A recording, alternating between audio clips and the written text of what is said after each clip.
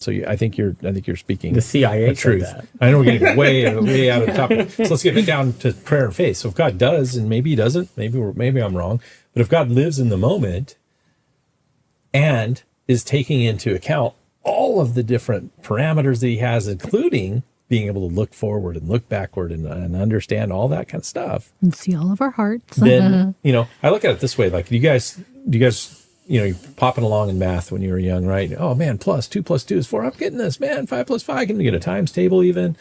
Division for some people is a little rougher, right? And then you got to algebra. And it's a little bit of a brick wall, huh? I'm not saying some people are naturals at it, but it's a little different, right? Yeah.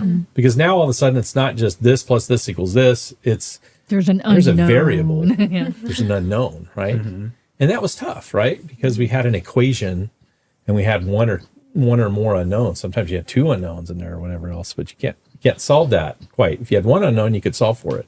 If you have 2 unknowns, you can't. You have to have an additional equation. So in engineering school, we took a class called linear algebra, which is a bad name for it. I don't know why it's called linear algebra.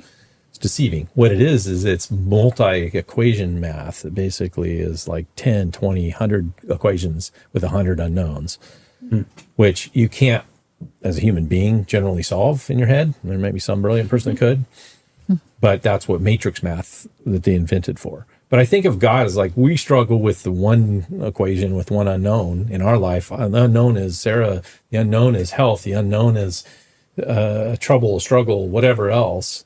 And God's got like 10 million equations that he's solving simultaneously.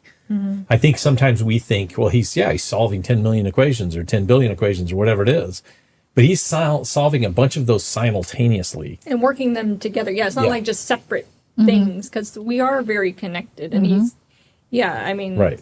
Sarah's life affected so many people. I mean, that's why she had probably 1,000 people praying for her or whatever. I don't know the exact number, but she had a ton of people praying for her.